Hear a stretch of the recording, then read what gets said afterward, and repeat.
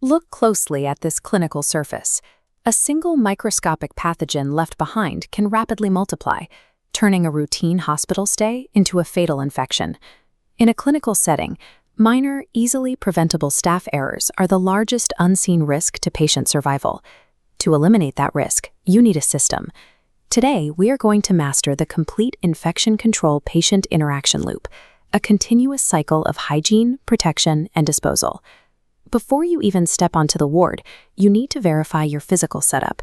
This requires 3 distinct zones: a wash station for decontamination, a complete personal protective equipment kit, including a gown, mask, and gloves, and a biomedical waste station, separated into yellow, red, blue, and black bins. Knowing these tools exist isn't enough. Transforming this exact sequence from a conscious effort into automatic muscle memory is the precise threshold that separates a nursing student from a trusted clinical authority. Step 1 starts at the wash station. Absolute zero contamination begins with your bare hands before any gear is touched. This diagram outlines the World Health Organization's 5 moments of hand hygiene. It dictates that you must clean your hands during 5 distinct interactions: before touching a patient, before clean or aseptic procedures, after body fluid exposure risk, after touching a patient, and after touching patient surroundings. How you clean them depends on the condition of your hands. If your hands are visibly soiled or exposed to body fluids, you must use soap and water. If your hands appear clean but still require decontamination between the 5 moments, an alcohol-based hand sanitizer is the correct choice. The most common point of failure in this entire cycle happens right here. Nurses often skip hand hygiene entirely because a ward gets crowded or an emergency arises. Rushing compromises the entire system. Perfectly dry, fully sanitized hands are the mandatory baseline you must achieve before you are allowed to touch any protective gear. Once your hands are clean, you move to the gearing up phase. Personal protective equipment is your primary physical armor between you and the pathogen. You must put this armor on in a strict, linear sequence. You begin by securing the gown to cover your torso and arms, followed immediately by fitting your mask over your face. The mask is where many practitioners fail. You must firmly pinch the flexible metal band flush against your nose bridge. If this wire is loose, air gaps form, allowing airborne pathogens to bypass the filter entirely. The final step of donning is applying your gloves. Pull the wrist of the gloves completely over the cuffs of your gown so no skin is left exposed. Following this specific order covers your personal clothing and exposed skin, sealing you safely inside a closed environment. After patient contact, you enter the removal phase, known as doffing.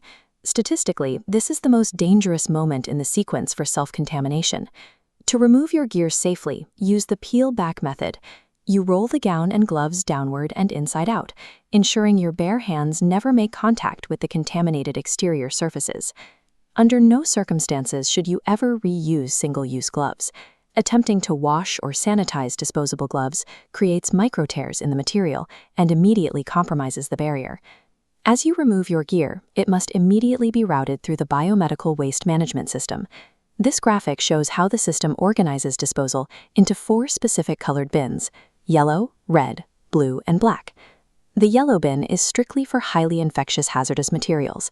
This includes human anatomical waste, blood-soaked cotton, and your infected masks or dressings. The red bin handles distinct plastics and recyclables.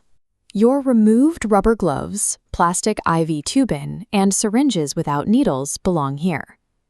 Finally, sort broken glass and empty glass ampules into the blue bin, while routing standard, non-medical trash like paper wrappers into the black bin. Stripping your gear carefully and sorting the waste accurately isolates the biological hazard entirely. This exactness protects you in the ward, and it protects the downstream sanitation workers handling the bags. With the disposable waste sorted, you must turn your attention to the reusable metal medical instruments left over from the procedure. These tools, which are often sharp and highly contaminated, need to be immediately secured into designated transport trays to prevent accidental needle stick injuries on the floor.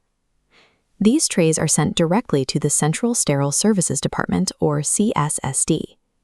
Here, technicians use autoclaves to subject the instruments to high-pressure steam, completely destroying any remaining pathogens. Properly securing these instruments for the CSSD completes your responsibilities. It ensures the tools return sterile, resetting the entire safety loop for the next patient. Look at the state of your workspace now.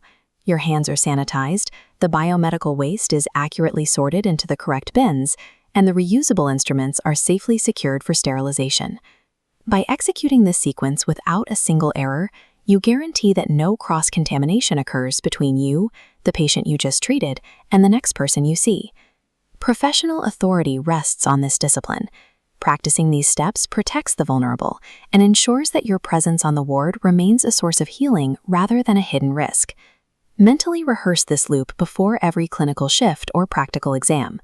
Consistent execution is the most effective tool we have to break the chain of infection and safeguard the lives of those under your care.